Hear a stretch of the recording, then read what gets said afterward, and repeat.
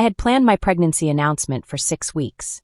A small dinner, a cake with a hidden pink or blue filling, my closest family gathered around the table. I never got to cut that cake. My sister grabbed the knife first, held it out toward me, toward my stomach, laughing in a way that wasn't really laughing, and said loud enough for the whole table to hear, "Let's see if there's actually a baby in there, or if you're just doing this for attention again." Then she brought the knife down fast, an inch from my dress, close enough that I felt the air move. Everyone froze. My mother said nothing. My father said nothing. I sat there, hand over my stomach, and made a decision in that exact second that I didn't share with a single person for the next 9 months. This is the story of the night my sister turned my pregnancy announcement into a threat, and the 9 months of silence it took me to build the response she never saw coming. Subscribe, because this one gets worse before it gets better. Let's get into it. My name is Jenna. I'm 33. For most of my life I occupied a very specific role in my family. The quiet one, the accommodating one, the daughter who didn't need much, and therefore somewhere along the way got treated as though she didn't need much even when she very clearly did. My sister Kayla is 2 years older than me, and for as long as either of us can remember, she has needed to be the center of every room she's in, not in a way that was always unpleasant, at least not when we were kids. She was funny, magnetic, the kind of person people naturally orbited. I loved her for most of my childhood, the uncomplicated way you love an older sibling who lets you tag along. Things shifted as we got older in the slow, cumulative way these things usually do, rather than any single dramatic turn. Kayla struggled to find footing as an adult, 3 different career paths abandoned before 32 serious relationships that ended badly, a pattern of financial instability that our parents quietly, repeatedly absorbed. I don't say this to condemn her. I say it because it matters to understanding what happened later. Somewhere in her mid-20s, Kayla developed a need for every significant moment in any room she occupied to somehow circle back to her struggles, her feelings, her narrative. Good news happening to someone else wasn't just neutral to her. It registered, I came to understand, almost as a threat.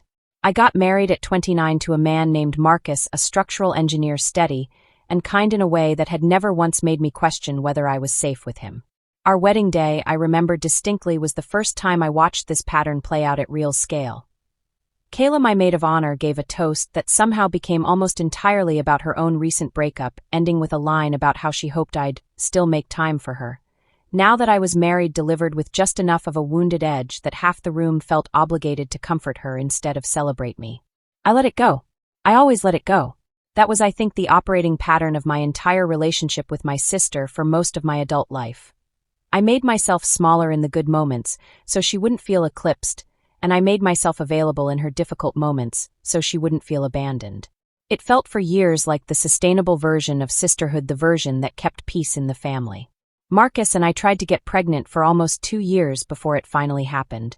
I don't think I can fully convey what those 2 years were like: the quiet grief of every negative test, the specific loneliness of watching friends announce pregnancies, while I kept mine over and over, a private disappointment I didn't discuss widely, partly because I genuinely wanted privacy, and partly, if I'm honest, because I'd learned that sharing hard things with my family often meant watching my hardships somehow become background noise to whatever Kayla was going through in that particular season. When I finally saw 2 lines on a test at home alone while Marcus was at work, I sat on the bathroom floor and cried for 20 minutes, a specific, overwhelming kind of joy I hadn't let myself fully imagine in longer than I wanted to admit. I want you to hold on to how hard won that moment was, because it matters enormously to understanding what happened 6 weeks later at the dinner where I planned to share it with my family for the first time. I planned the announcement carefully over about 6 weeks once I was safely past the first trimester and had cleared a nuchal scan that eased most of my early anxiety. I wanted something intimate, not a big gender reveal spectacle, just close family, a nice dinner, and a cake from a bakery near my apartment that did a specific trick. A plain white exterior, and inside a filling colored either pink or blue, a small surprise for whoever cut the first slice, since Marcus and I had decided not to find out the gender ourselves until the actual reveal moment. I invited my parents, Kayla, and her longtime boyfriend, at the time a decent, mostly quiet guy named Dylan. 6 people, my apartment, a dinner I cooked myself, and a cake sitting in the fridge that represented to me 9 years of trying to build the kind of family life I'd always wanted. I want to be honest about something. Some small, cautious part of me almost didn't invite Kayla to this particular moment. I'd started noticing over the preceding year a pattern specifically around the topic of my fertility struggles comments that landed as competitive rather than supportive, a strange tightness whenever I mentioned wanting kids, culminating about 4 months before I got pregnant in Kayla telling me apropos of nothing over drinks that she'd always assumed she'd be the first of us to have kids, since she was the one who actually wanted a big family, a comment that stung more than I let on at the time. I decided ultimately to invite her anyway because she was my sister, because I genuinely wanted her there for a moment I hoped would matter to both of us, and because some optimistic, maybe naive part of me believed that actual good news delivered gently in a small setting might finally break through whatever had been building between us. I planned the dinner for a Saturday. I spent the morning cooking, cleaning, setting a small table with candles, genuinely excited in a way I hadn't let myself be excited about anything in longer than I could remember. Marcus picked up the cake that afternoon. I remember standing in my kitchen around 5 looking at that white box in the fridge, feeling something close to pure, uncomplicated happiness, one of the last moments, as it turned out, that I would feel that way for a long time. Everyone arrived within the same 15-minute window, which felt in retrospect like the last normal part of that evening. Dinner itself was pleasant enough. My mother complimented the roast. My father asked Marcus about a work project. Kayla was in reasonably good spirits, talking about a new job prospect. She seemed genuinely hopeful, about which I remember thinking at the time felt like a good sign for the rest of the evening. After dinner, I brought out the cake, plain white on the outside, and explained the surprise that inside was either pink or blue filling, that Marcus and I hadn't looked ourselves yet, and that whoever cut the first slice would be the one to find out with us. I remember my mother's hands flying to her mouth, immediate genuine tears. My father, a quiet man not prone to big displays, actually stood up from his chair. Kayla's reaction registered differently even in that first second, a kind of stillness that didn't match the room around her. I remember catching it and feeling a small familiar flicker of anxiety, the one I'd trained myself to override for most of my adult life. I asked if anyone wanted to do the honor of cutting the first slice, genuinely thinking my mother might want it. Before anyone else could respond, Kayla reached across the table and picked up the cake knife herself. What happened next unfolded in a handful of seconds that have stayed with me in exact, slowed-down detail for the entire 9 months that followed. Kayla stood up, knife in hand, and instead of moving toward the cake, she turned toward me, laughing in a way that had an edge under it I recognized instantly as something other than joy, and said loud enough for the whole table, "Let's see if there's actually a baby in there, or if you're just doing this for attention again," and brought the knife down toward my stomach. Not a real attempt to hurt me, I understood even in the moment, more a wild, aggressive, deeply inappropriate gesture meant to shock, to dominate the room, to seize back a moment that wasn't about her, but close enough, fast enough that I felt the air move against my dress, and every instinct in my body screamed in a way I'd never experienced before, one hand instinctively flying to cover my stomach. The room went completely silent. Dylan grabbed Kayla's wrist, visibly shaken, taking the knife from her hand. My mother said nothing for several long seconds, several seconds that, I want to be honest, hurt almost as much as the gesture itself. My father finally said Kayla's name sharply, the closest thing to a reprimand either parent managed in the moment. Kayla, to her limited credit, seemed to register almost immediately what she'd done, her face shifting from that manic performative energy into something closer to genuine alarm. She said quickly that she was just joking, that she would never actually hurt me, that everyone needed to relax. I didn't say anything for a long moment. I sat there, hand still over my stomach, looking at my sister, at my silent parents, and I felt something inside me go very quiet, and very still, not shock exactly, but a kind of settling clarity, the same feeling I'd later realize of finally seeing something you'd spent years half convincing yourself you weren't seeing. Marcus asked everyone to leave shortly after that, calmly but firmly, and I remember very little of the actual goodbyes, just a blur of my mother hugging me too tightly, murmuring something about Kayla, not meaning it, my father's hand on my shoulder, silent, his face unreadable in a way that unsettled me more than if he'd said nothing at all. Once everyone had gone, Marcus sat with me on the couch, and I finally let myself fully feel what had happened. I cried hard for longer than I expected, not just about the fear in that specific moment, though that was real, and stayed with me physically for days, a kind of low-grade tension in my chest whenever I thought about it, but about the silence that followed it. My mother hadn't defended me. My father had said one sharp word, and then let the evening move forward, as though a knife pointed at my pregnant stomach was an awkward faux pas to smooth over rather than something that demanded a real, immediate, unambiguous response. Marcus that night said something that stuck with me for the rest of my pregnancy. He said, "I'm not going to tell you what to do about your family, but I need you to know that whatever you decide, I will back you completely, and I will never again sit in a room and pretend that was a joke." I didn't call Kayla the next day. I didn't call my parents either. For the first time in my adult life, I let a significant family conflict sit completely unaddressed without me being the one to smooth it over, check in, or manage everyone else's comfort about it. Kayla texted 2 days later a message that read less like an apology and more like an explanation. That she'd been in a bad headspace, that night that some recent news about Dylan possibly not being ready for kids had made the whole pregnancy topic hit different, that she felt genuinely awful if she'd scared me, but that she hoped I understood she would obviously never actually hurt me. I didn't respond for 4 days. When I finally did, I wrote a short, measured message. That I needed real time and real space before I could think about what our relationship looked like going forward, and that I wasn't ready to talk further yet. I turned my phone on silent for most of that week. That was the beginning of 9 months during which I said almost nothing to my sister, while quietly, deliberately deciding exactly what I wanted the next chapter of that relationship to actually look like. I want to be honest about something before I describe what those 9 months actually looked like. I wasn't plotting some elaborate scheme of revenge in the traditional sense. What I was doing was quieter, and in a way more significant. I was, for the first time in my life, deciding what boundaries I actually wanted with my family, and building deliberately the emotional and practical infrastructure to hold those boundaries once my child arrived. The first thing I did about 2 weeks after the dinner was have a real conversation with my parents, not Kayla, my parents, about what had happened.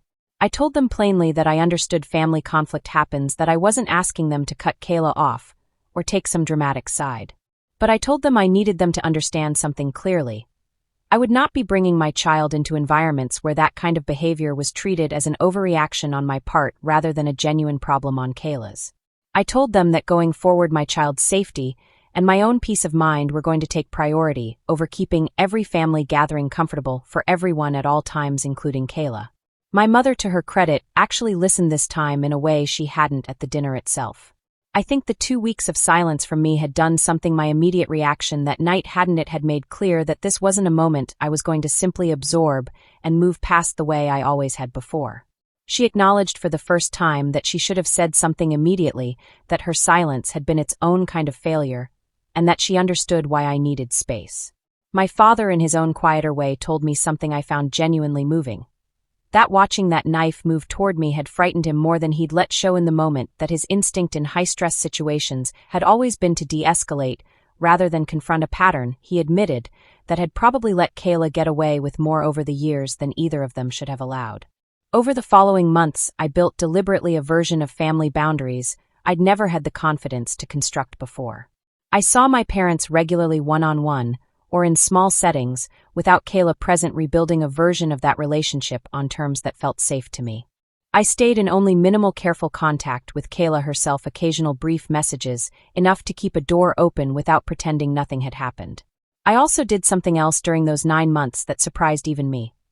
I started quietly seeing a therapist specifically to work through the broader pattern I'd spent my entire adult life inside of, the habit of making myself smaller, so Kayla could stay big, the reflexive instinct to manage everyone else's comfort at the expense of my own safety and needs.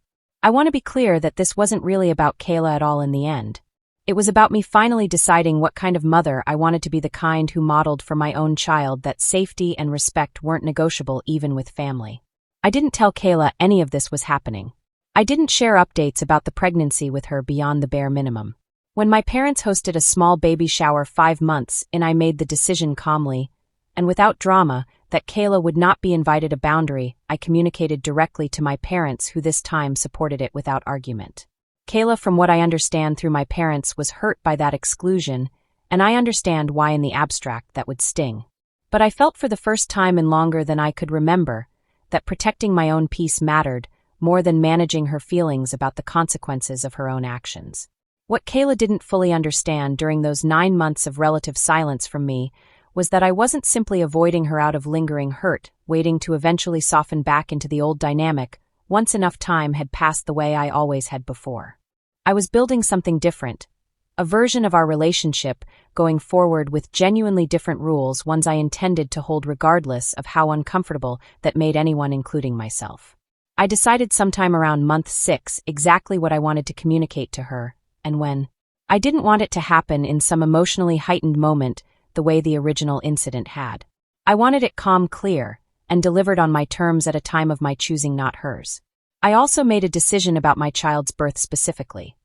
I told my parents clearly that Kayla would not be among the first people informed once I went into labor and would not be invited to the hospital in the immediate days afterward, a privilege I reserved deliberately for people who had shown up for me the way I needed, not simply people connected to me by blood. I understood this would eventually need to be communicated to Kayla directly, and I decided the moment of that birth, 9 months, almost to the week after the knife at that dinner table, would be exactly the right moment to have the full calm conversation I'd been quietly preparing for months. My daughter Willow was born on a Tuesday morning, almost exactly 9 months to the week after that dinner. I want to tell you that the birth itself pushed every thought of Kayla and that knife completely out of my mind, and for the most part it did. Those first days were entirely overwhelmingly about Marcus and Willow and the specific all-consuming intensity of new parenthood. But about a week after we brought Willow home, once the initial fog had settled slightly, Kayla reached out, a longer message, this time congratulating us, asking when she could come meet her niece. I understood this was the moment I'd been quietly building toward for 9 months, whether I'd fully articulated that to myself or not. I called her rather than responding by text, because I wanted this conversation to happen in real time with both of us able to actually hear each other. I told her calmly that I was genuinely glad she wanted to meet Willow, and that I did want that to happen eventually. But I told her clearly and without hedging that it wasn't going to happen yet, and that before it did I needed her to understand something clearly. I told her that what happened at that dinner 9 months earlier hadn't been a joke, and it hadn't been a moment I was simply going to let fade with time the way I'd let every previous incident fade over the years. I told her that pointing a knife toward my pregnant stomach regardless of intent had been a genuine violation of my safety, and my trust made worse by the fact that in the 9 months since she'd never once offered an apology that took full ownership of what she'd done, every version I'd received had cantered her own bad headspace, her own feelings, rather than genuinely reckoning with the impact on me. I told her that going forward I needed to see real sustained change, not a single apologetic phone call, but a demonstrated pattern over real time of her being able to be in a room with good news happening to someone else without needing to seize control of it. I told her that until I saw that consistently, my daughter would not be part of her life, because I had made a promise to myself during those 9 months of silence that I would never again put myself or my child in a position where behavior like that got minimized into an amusing family story. Kayla, to her credit, didn't immediately get defensive the way she had in the days right after the incident. She was quiet for a long moment, and then she said in a voice that sounded for the first time in longer than I could remember, genuinely uncertain rather than performed, "I don't know how to be different than I've always been, but I want to try if you'll let me." I told her I was willing to give her the chance to try, but on my timeline, with my boundaries, and with real accountability, not the version of easy forgiveness I'd handed her automatically for most of our lives. It's been several months since that phone call, and I want to be honest that this isn't a story with a fully tied-up ending, because real family repair rarely is. Kayla has, to her genuine credit, done more real work than I expected, regular therapy of her own, which she's mentioned to me directly rather than performing for an audience, and a handful of interactions with me, since where she's genuinely visibly practiced staying present for someone else's moment instead of redirecting it toward herself. She met Willow for the first time about 4 months after that phone call in a setting I chose on terms I set, and it was against my cautious expectations, genuinely sweet, quiet, careful, no big performance, just my sister meeting my daughter the way I'd always hoped she eventually would. I don't know if we'll ever get back to some easier, uncomplicated version of sisterhood. I've made peace with that uncertainty. What I do know is that the 9 months of silence after that dinner weren't wasted time, and they weren't cruelty on my part, even though I know some extended family members quietly saw it that way at the time. They were the first 9 months of my adult life where I fully protected myself, and soon after my daughter, instead of managing everyone else's comfort at my own expense. If there's one thing I hope this story leaves you with, it's this.